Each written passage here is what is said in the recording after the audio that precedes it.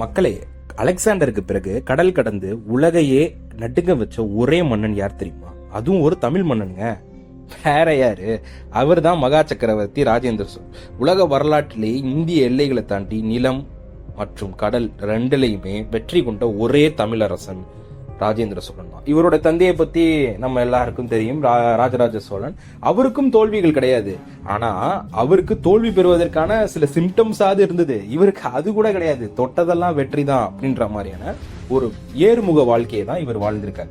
கிபி 1023 ராஜேந்திர சோழன் தன் படையோட கங்கை நீரை கொண்டு வரதுக்கு வட இந்தியா நோக்கி போறாரு. அப்போ அவங்கள தடுத்த எல்லா மன்னர்களையும் தோக்கடிச்சு அவங்களுடைய படைகளோட உதவியை கொண்டே அந்த நீரை எடுத்துட்டு வந்து தான் ஒரு மேன்மேடா ஏறி வெட்டி அதுல இந்த கங்கை நீரை ஊத்திருக்காருங்க. இதுக்காக தன்னுடைய தலைநகரை தஞ்சாவூர்ல இருந்து கங்கை கொண்ட சோழபுரம்னு ஒரு இடத்துல மாத்துறாரு.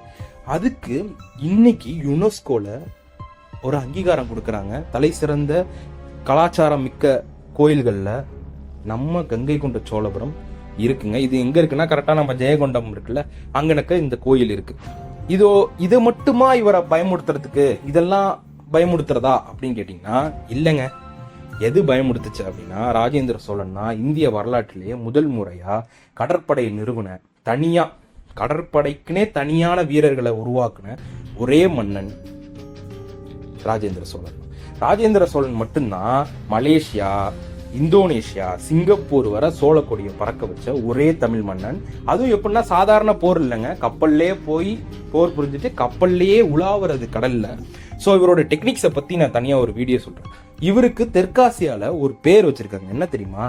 சோழன் வந்தால் நாடே வீழும், சோழன் வந்தால் அழிவு, சோழன் வந்தால் வணிகம் பாதிக்கும் அப்படின்னு நிறைய டேக்லைன் கொடுத்து சோழர்களை பார்த்தாலே அந்த காலத்துல பயந்து நடுங்க வைக்கிற அளவுக்கு ஒரு சிறந்த ஆட்சி முறையை மட்டும் பண்ணியிருக்காரு. இவர் போர்ல மட்டும் இல்ல, கலாச்சாரத்துல ஆட்சி முறையிலையுமே நிறைய வித்தியாசமான நிறைய மேம்பட்ட கருத்துக்களை உலகத்துக்கு சொல்லியிருக்காரு. இப்படி இன்னும் நம் தமிழர் மற்றும் இவரை பற்றின டீட்டெயிலாம் தெரிஞ்சுக்கணும்னா நம்ம சேனலை சப்ஸ்கிரைப் பண்ணிக்கோங்க. தேங்க்யூ.